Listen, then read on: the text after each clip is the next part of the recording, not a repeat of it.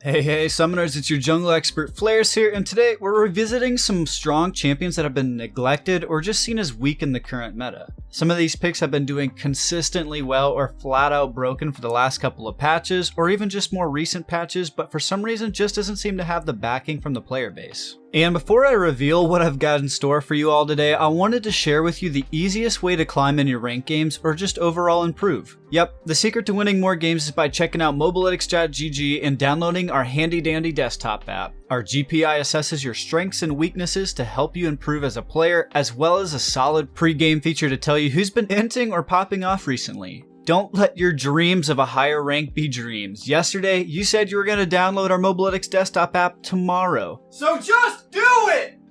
I don't know what that was about. Anyways, the reason for this video is because I was browsing some Diamond and Masters Plus data, and a little birdie told me through the ape vine that Wukong hasn't been seeing enough love as of late, and saw an insane disparity between the pick rate of Wukong from high elo and low elo. And man, I honestly didn't think I would ever have to put the recently reworked Wukong on the underrated list, despite it being extremely broken since release. Okay, so maybe it's not extremely broken anymore, but it's just regular broken, so that should be good enough. Wukong is still an excellent top laner who deals amazing consistent damage, lives forever thanks to his passive and Conqueror, has outplay potential when it comes to getting ganked, ease of access to the backline, engage potential. What more does Wukong need? Wukong has been pretty much pick or ban in the most recent competitive matches with the LCK and LPL Mid-Season Cup, and has been going absolutely bananas. Most notably, he crushes literally everybody except a few champs like Kennen, Malphite, and Tryndamere. And honestly, you shouldn't even be that scared to pick Wukong blind, because the pick rates of his counters are even lower than his except for Malphite. But then again, you can just build Blade of the Ruined King and boom, problem solved. Seriously, if you're trying to climb in top lane, abuse Wukong for as long as possible, as you're just gonna banana split your opponent's rear in two. Next up, for all you pyromaniacs out there, Annie has recently received some love from Riot on patch 10.10 to her Molten Shield and Tibbers. These changes helped her feel more relevant in the later stages of the game, with the added survivability and bird damage from Tibbers. And what was so surprising is the player base didn't really pick up on this and didn't play her that much despite being a solid pick. What makes Annie so good is the fact that she is just so easy to play while also doing wonderfully into matchups like Yasuo, Lucian, Twisted Fate, LeBlanc, and many others. Farming is super easy as long as you queue minions properly and manage your stun. Surviving trades is made easy thanks to the added survivability we talked about earlier, but what is so key is the movement speed bonus you've granted to retreat or get in position to all-in with your ultimate to one-shot. Another neat thing about Annie is that even while Tibbers is alive, the cooldown is being reduced as we speak. Meaning you don't always have to sacrifice Tibbers to the tower, and can use the newly buffed damage aura for wave clear or as a zoning tool. And when Tibbers finally falls, it'll nearly be up again to catch most players off guard. Sometimes the best way to climb is just to take a break from the mechanically difficult champions to ease up and abuse the more easier champions to execute, champions like Annie for free elo. So if you're looking for a mid laner that has a great roams, easy to execute one-shot combos, and the ease of entry to pick up into new games, Annie is the perfect champion for you.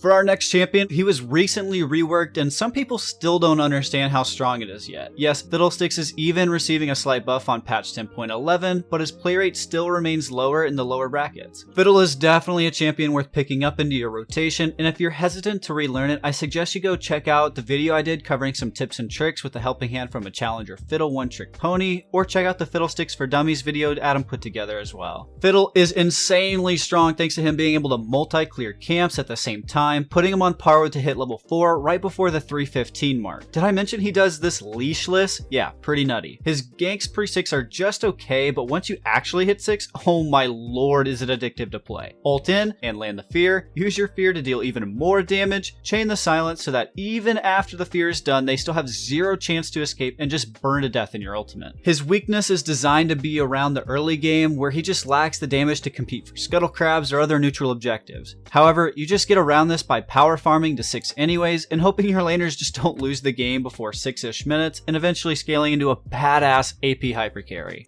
Fiddle legitimately has the potential to completely annihilate teamfights when ulting over walls for easy dubs. When fighting with Fiddle, it's best to pick your fights when you have your ultimate up, as you're going to lack the damage to kill somebody unless your team is nearby to help you out. If you're a jungler trying to climb, this is your pick. Fiddle's gotten multiple buffs, patch after patch, so abuse it while you can before it's permabanned or nerfed. Who knows, maybe it'll go unnoticed for 10 more patches like Echo. Fingers crossed. I unfortunately have to include Yasuo on this list because with the new Zeal items indirectly buffing him, he just became so much stronger in multiple roles. So it's no surprise as Yasuo bot lane has already had a bit of play rate, but was just okay win rate. This is until this patch at least, where his win rate has rocketed and is seeing a bit more play. We even saw SKT whip out the Yasuo bot lane in their latest matches, and if you're gonna nitpick, yes, they didn't win, but for a high caliber team to pull that out into their competitive matches, there should be enough merit for it. He has a good time slicing and dicing through the wave for trades, farms super well, and scales into the monster that he is once he's gotten his 2-item 100% crit power spike. He offers a bit more flexibility for your team's draft, but primarily dishes out so much more damage than an AD carry with the right team around him. He even stomps out the meta AD carries like Varus, Ashe, Jhin, Ezreal, Kai'Sa, and Misfortune. And literally all of these ADCs besides Ezreal have no gap closer, which means Yasuo is going to have that much easier of a time getting into melee range. Some supports that help elevate his gameplay to the next level are Soraka to keep him healthy from trades, and that could go the same for Lulu, Nami, Yuumi, and Janna too. Or the more common supports like Rakan or Alistar that have a bit easier execution to give Yasuo his knockup.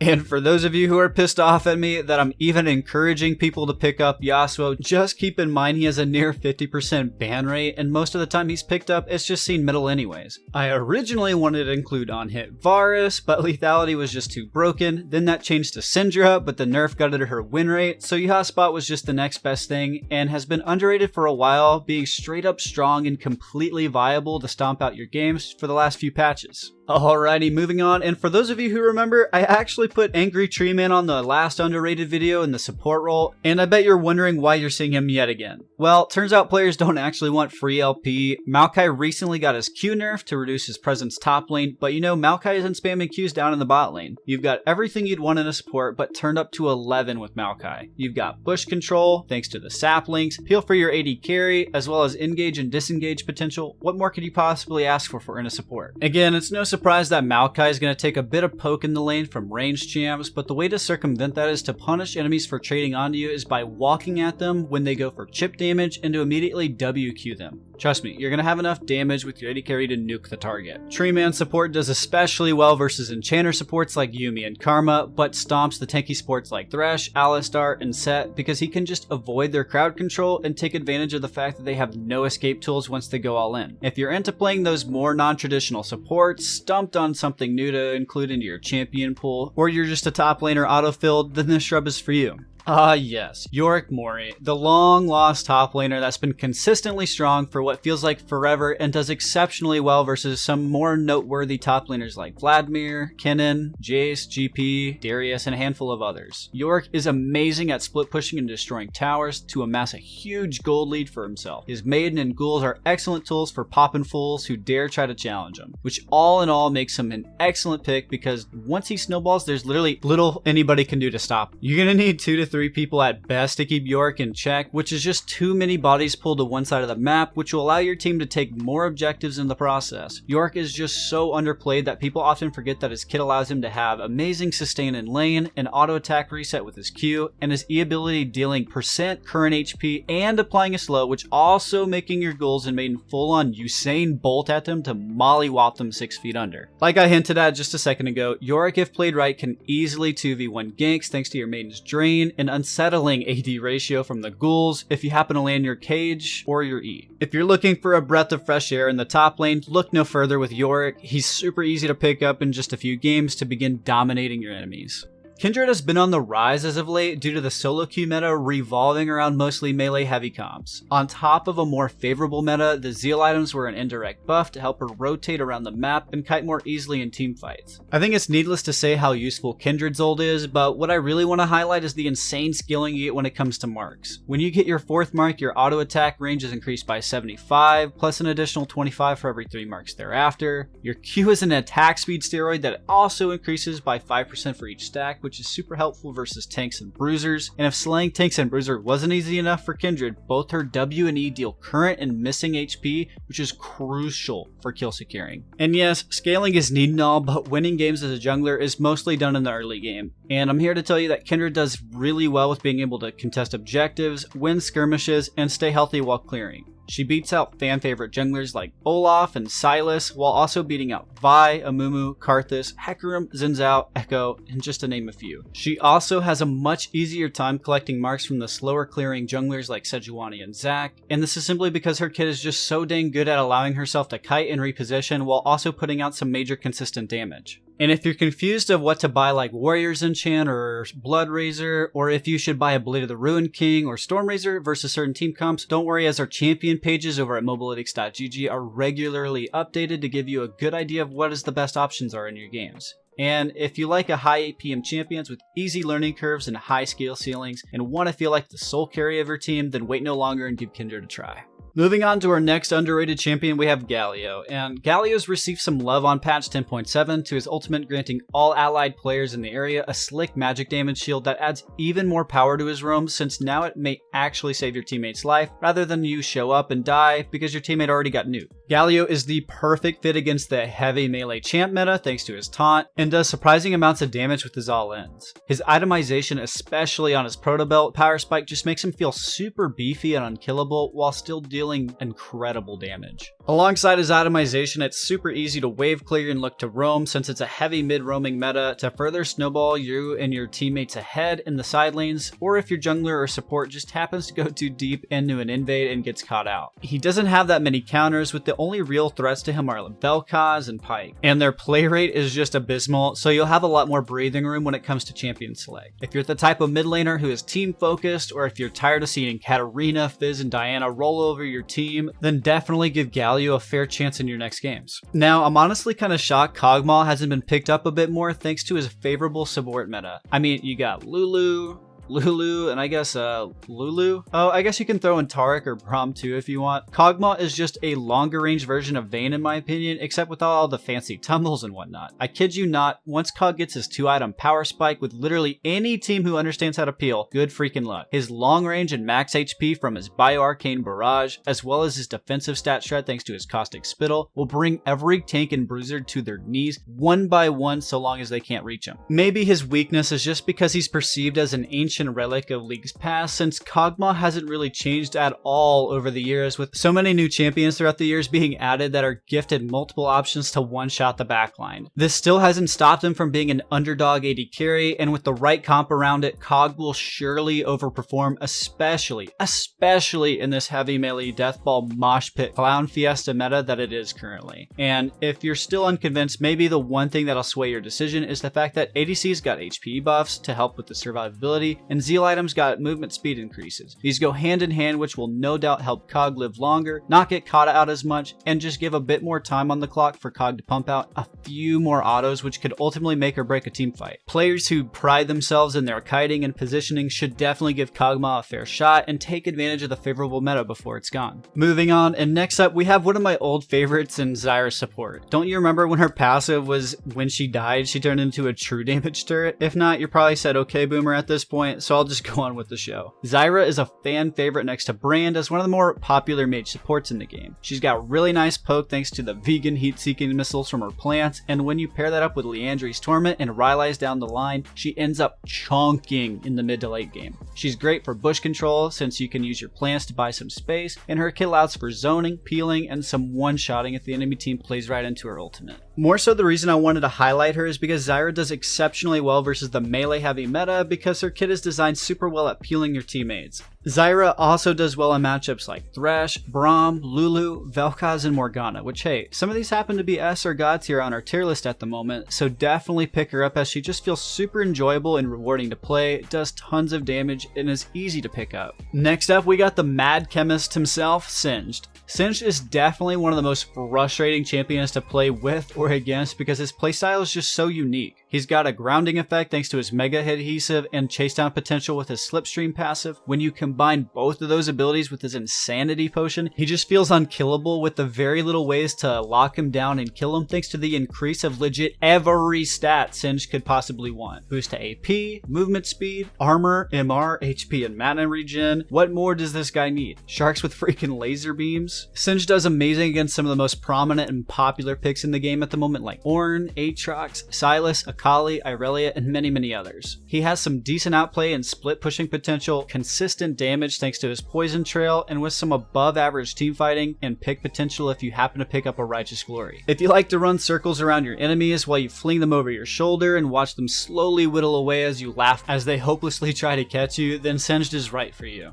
For our next champ is for those of you who failed all of algebra, trigonometry, and didn't become business and marketing majors but happen to excel in geometry. Yep, odds are you're secretly a god at Vel'Koz. Vel'Koz has some absurd wave clear but pumps out insane damage once you hit level 6 and then pick up more items. Vel has been holding its own despite the heavy roam meta, and that's because he just ends up outscaling and dealing massive true damage later on in the game. But not only that, Vel has been demolishing popular mid lane matchup, beating control mages like Orianna, Cassio, and Victor, while also dismantling threatening picks like Lucian, Syndra, LeBlanc, and many others because he has safe and easy farming ability thanks to Plasma Fission and can never be zoned if played right, and it's also easy to get the lane priority due to absurd wave clear and easy shoving power. But we're not done yet. Vel is extremely good versus the influx of enchanter supports. One of his biggest weaknesses is hard engagement or getting flanked, but with enchanter supports becoming more and more popular, one of the primary engage roles is being taken out of the picture. Not only that, but enchanters are very susceptible to his poke because they tend to have very low MR and can easily be one rotationed. And for my last point, he just works super well into the 5-man group down mid meta and can easily wave clear and kill people who funnel into team fights, especially melee champs if they don't get a flank. If you're the type of player who gets the satisfaction of threading combos together and prides themselves on positioning to unleash your truest damage potential, then Vel'Koz is the right champion for you. Next up on the chopping block we have Sivir, and Sivir hasn't really been a popular flavor for AD carries in quite a while. However, the newest marksman changes and the Zeal item buffs are helping her prosper even more in the mid to late game while giving her just a bit more survivability in the early game. And honestly, this doesn't really come as a surprise to me considering how underrated movement speed is. However, all these changes don't really fix a lot of the problems ADCs face. There are still just too many meta champions that get to the backline with ease, but by playing Sivir, you have a spell shield that could be the difference of life or death. You got team-wide utility in the form of your ultimate to help your team get on top of priority targets, and insane scaling, especially with the crit items to make you a monster in the later stages of the game. I'm also left a little stunned at how well Sivir does versus the other meta AD carries at the moment. Sivir dominates. Okay, maybe not dominates, but you get the gist. She carries a decent win rate versus Tristana, Kai'Sa, Ezreal, Lucian, and Varus, just to name a few.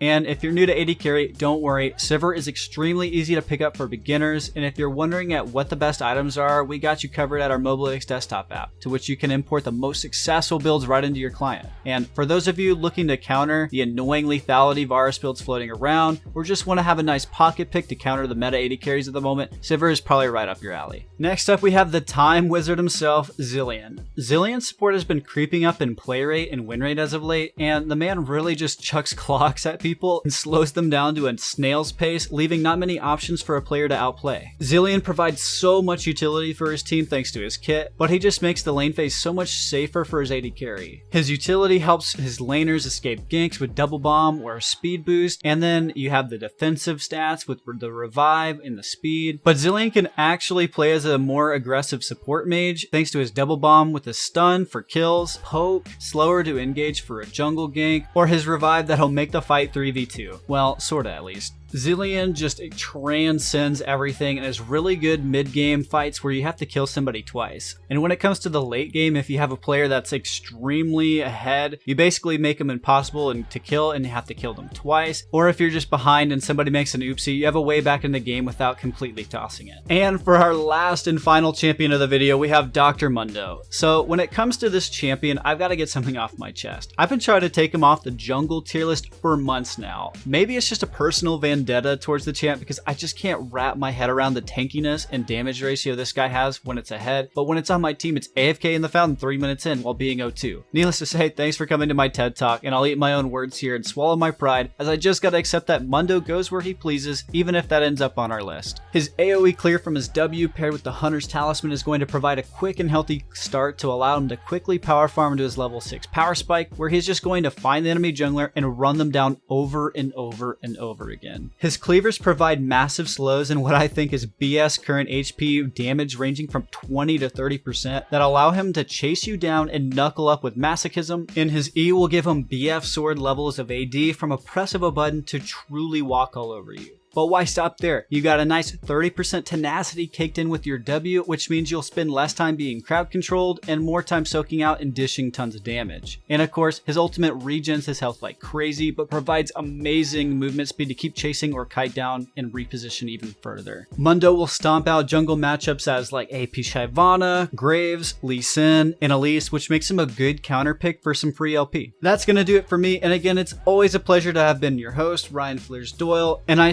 sincerely hope you've enjoyed this video and take away a few champs to start to climb in your rank games. If you think I've missed anything, be sure to let me know down below in the comments. Thank you all so much for watching. Be sure to hit the notification bell and like and subscribe to the Mobalytics YouTube channel. Stay safe out there, have a wonderful rest of your day, and see you in the next one, Summoners.